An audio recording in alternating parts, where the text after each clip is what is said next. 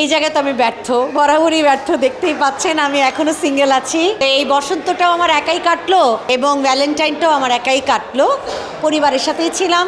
এক ভক্তের কথা আমার এখনো মনে পড়ে, ভয়ও লাগে, কাটাও দেয়, ভালোও লাগে।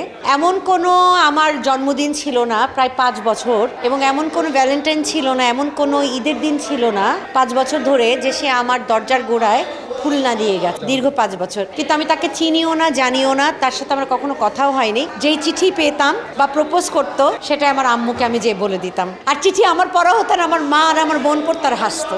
আমি বরাবরই নাচ নিয়ে, লেখাপড়া নিয়ে ব্যস্ত আছি। জানেনই তো যে আমি একটা ইন্টারন্যাশনাল স্কুলে জব করি, গ্লেনরিচ ইন্টারন্যাশনাল স্কুল, ওটা নিয়ে ব্যস্ত থাকি। আর এছাড়া ঈদের মৌসুম চলে আসছে, তো টুকটাক কাজ তো করতেই হচ্ছে, নাচ করতে হচ্ছে, প্র্যাকটিস করতে হচ্ছে, প্র্যাকটিসও করাতে হচ্ছে। আপনাদের দোয়াতে তো প্রায় 3 বছরের কাছাকাছি চলে আসলাম, হাঁটি হাঁটি পাপা করতে করতে। তো বেশ ভালোই লাগছে। অন্যরকম একটা জীবন, নতুন একটা স্বাদ, বাচ্চাদের সাথে ঘোরা ফেরা, চলা ফেরা, কাজ করা, অনুষ্ঠান করা, নতুন বাচ্চাদেরকে নাচ শেখানো, তাদের সাথে আবার লেখাপড়া ইনভলভ হওয়া খুবই ভালো লাগে। আজকেও একটা ঘটনা ঘটেছে যে আমি তো স্কুল থেকে এখানে এসেছি, 4B'র একটা বাচ্চা আমাকে এসে বলতেছে যে মিস, আমি আপনার একটা অটোগ্রাফ চাই। তা আমি বললাম যে তুমি কি খাতা নিয়ে এসেছো?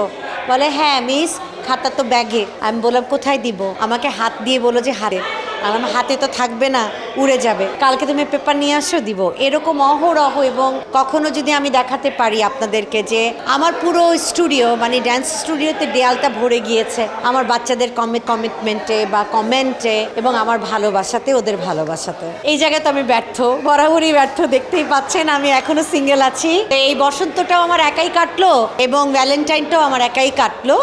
পরিবারের সাথেই ছিলাম। আশা করি, জানি না হবে কিনা এটা সম্ভব, যে নেক্সট যদি আল্লাহ বাঁচিয়ে রাখেন, নেক্সট ইয়ারের ভ্যালেন্টাইনটা সঙ্গীর সাথে কাটাতে চাই। এখন আল্লাহ জানে। আমার কোনো ভুল ডিসিশন আমি জানি না, আমার মনে হয় না আমি কোনো ভুল ডিসিশন নিয়েছি, কারণ সব ডিসিশন করার মালিক আল্লাহ। না, আমি এসবের মধ্যে নাই। আর আমি এত পুরনো, 20 বছর পুরনো ভাঙা রেকর্ড চালাতে রাজি না। সরি, আমি যেমন তেমন হওয়া উচিত, একদম ক্লিয়ার কাট। যেটা মনে হবে যে এখন বলা উচিত সেটা বলবো, যেটা মনে হবে যে না বলা উচিত না সেটা বলবো। ভালোবাসা হচ্ছে গুড হোম, দ্যাটস ইট। আসলে এটা আমি এখনো বলি, আগেও বলি, এটা সম্পূর্ণ উপর আল্লাহর উপরে ডিপেন্ড করে। কারণ মা বাবা, আমার জন্ম হয়তো এখন আমি মানুষ হিসেবে হয়েছি, আমার যেটা সবসময় ফিল হয়, হয়তো আমি এই জন্মে মানুষ হয়েছি। এমনও তো হতে পারতো যে আমার জন্মটা আমি একটা কুকুর বা একটা বিড়াল হয়েও হতে পারতাম। Who knows?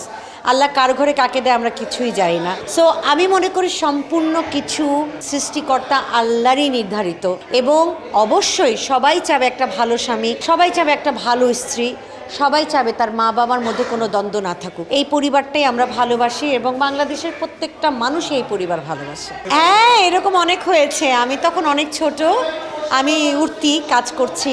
সেই সময় ভ্যালেন্টাইন ডেতে আমাকে খরগোশ গিফট করেছিল আমার বাসার বাইরে। এক খাঁচায় 2টা খরগোশ, একটা হার্ট শেপের পিলক ছিল, অনেক কিছুই পেয়েছি, ফুলও পেয়েছি। এবং এক ভক্তের কথা আমার এখনো মনে পড়ে, ভয়ও লাগে, কাটাও দেয়, ভালোও লাগে।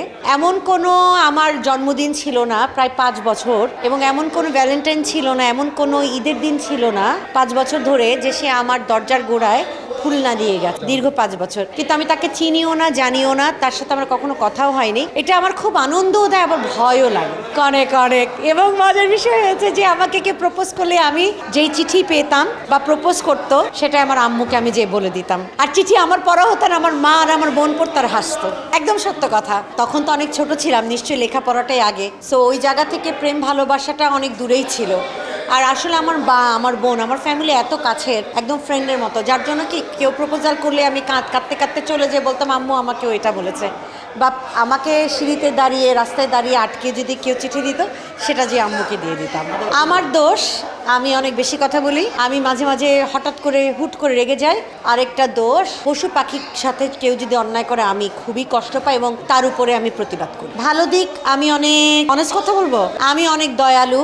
আমি যারা গরিব বা যারা অনেক অসহায় মানুষ তাদেরকে আমি সাহায্য করি, যেটা আমি আসলে বলতে চাই না। আমি, এটা আমার একটা জায়গা।